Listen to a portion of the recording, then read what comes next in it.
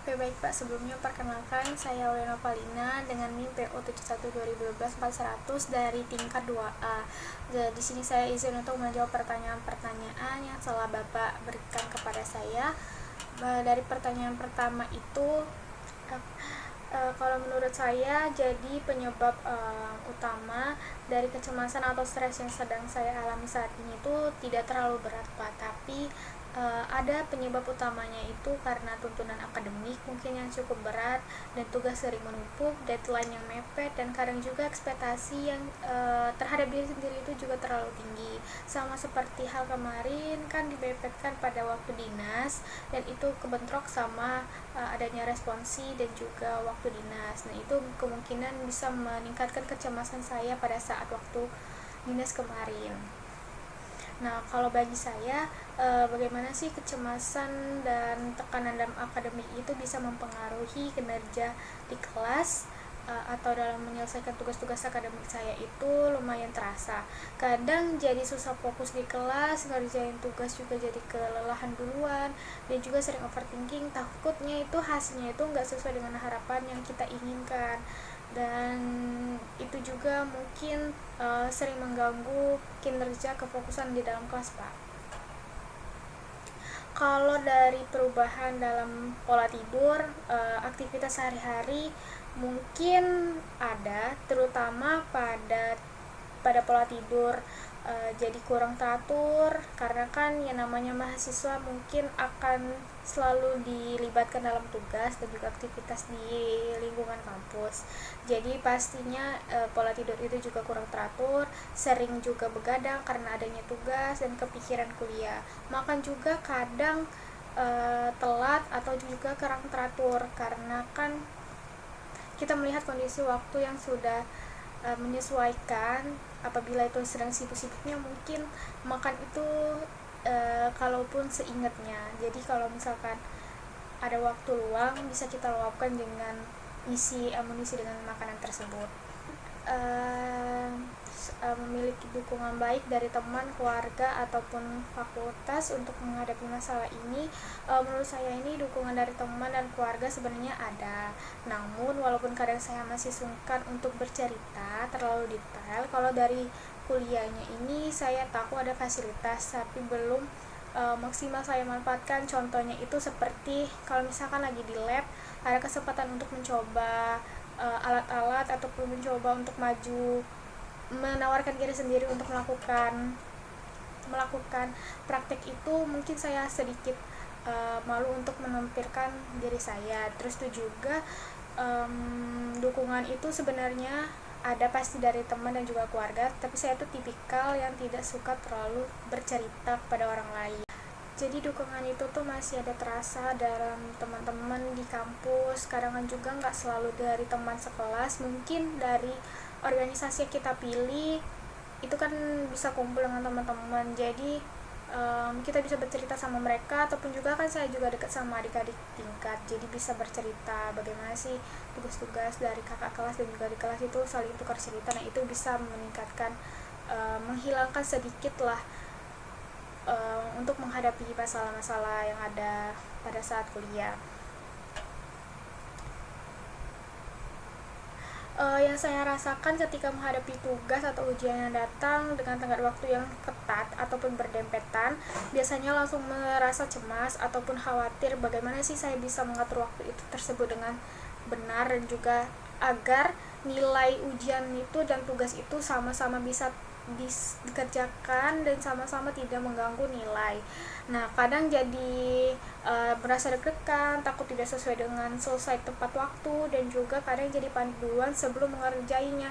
Jadi panik itu tuh tiba-tiba ada karena kita tuh ngedengerin berita kalau kalau misalkan tugas tuh sama ujian tuh waktunya beda, misalkan hamin 1 minggu, tapi tugas itu 1 minggu itu tuh benar-benar yang makai pola pikir kita. Nah, itu berbentrokan Seninnya itu misalkan ujian, tapi sejalan dengan waktu kalau misalkan kita bisa selesaikan dengan tepat, mungkin rasa cemas itu bisa hilang.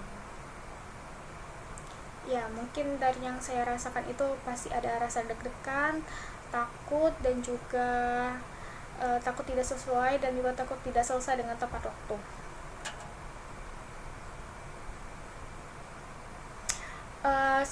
Apakah saya merasa kesulitan dalam mengatur waktu atau prioritas antara studi dan kegiatan pribadi?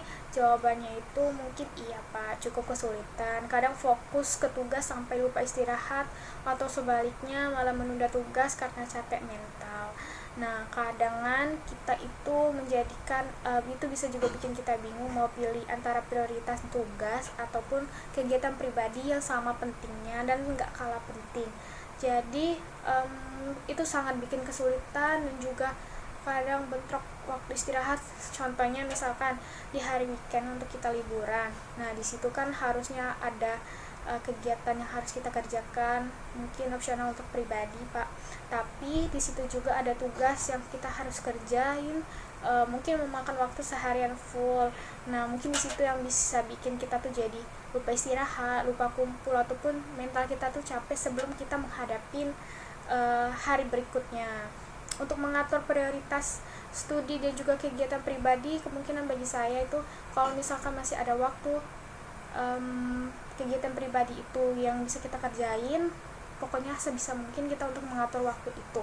Kalau misalkan kegiatan pribadi itu bisa kita lakukan terlebih dahulu, setelahnya itu kita bisa lanjut untuk melakukan prioritas studi ataupun tugas-tugas yang itu kita tuh bisa mengatur waktu. Misalkan kalau misalkan pagi sampai siang, ataupun juga dari pagi sekali kita kerjain dalam tugas rumah, ataupun kita mengisi waktu luang seperti fully main HP bentar, ataupun kita bantu rumah, terus itu kita baru lanjut ke tugas itu. Pokoknya sesempatin sih waktu-waktu untuk istirahat, tapi kadang itulah masih akan selalu dengan ya balik lagi dengan mahasiswa, mungkin akan lupa waktu istirahatnya. Untuk rasa cemas atau takut untuk bertanya pada dosen dan teman sekelas pada saat kesulitan memahami mata pelajaran itu, kalau bisa dijawab itu jawabannya itu pernah Pak.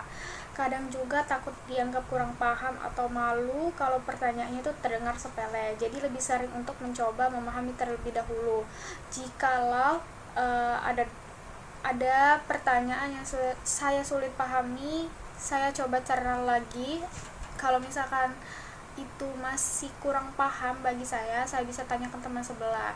Tapi jika kami sama-sama tidak paham, baru kami tanyakan pada dosen. Jadi intinya itu jangan langsung asal bertanya kalau misalkan itu tuh masih bisa kita cerna. Sebenarnya itu untuk kepentingan kita juga diri sendiri. Karena kalau misalkan kita tidak tahu, kenapa tidak langsung tanyakan saja pada dosen. Cerna terlebih dahulu sih menurut saya itu adalah langkah awal. Kalau misalkan terdengar sulit dan baik untuk mencerna terlebih dahulu, memahami. Kalau misalkan benar-benar tidak bisa dipahami dari penjelasan dosen dan teman-teman pun juga sulit untuk mencerna, baru bisa kita tanyakan kepada dosen. Karena halnya di situ dosen untuk menjelaskan agar kita paham, jadi kita lebih baik bertanya pada orang yang sudah paham itu terlebih dahulu. Nah, kalau misalkan emang benar-benar itu tuh terdengar sepele, kita bisa tanyakan pada teman sebelah. Kalau misalkan teman sebelah kita bisa membantu kita dalam memecahkan materi pelajaran yang sulit kita pahami tadi. Mungkin segitu Pak. Jadi intinya dari pertanyaan tentang kecemasan dan juga stres dalam masalah-masalah ini masih bisa saya kontrol dan masih saya bisa hadapi. Kemungkinan sewajarnya mahasiswa dalam menghadapi masalah ini, tergantung orangnya juga bagaimana dia bisa menanggapi masalah ini dengan baik. Bagi saya tidak ada masalah yang berat dalam studi ini. Mungkin namanya kuliah kesehatan itu mungkin ada mendadaknya dalam pembagian tugas dan juga mepet deadline pengumpulan tugasnya. Dan juga mungkin bagi saya yang bisa bikin saya cemas dan juga agak selalu dipikirkan overthinking itu pada saat dinas kemarin akan nilai itu, apakah itu bertergantungan pada nilai-nilai selanjutnya ataupun tugas kuliah selanjutnya, atau itu memang benar nilai untuk saat dinas saja. Itu mungkin yang bisa bikin saya overthinking setiap malam. Nilai itu akan berpengaruh kepada kepada apa nantinya. Mungkin itu saja, Pak. Terima kasih.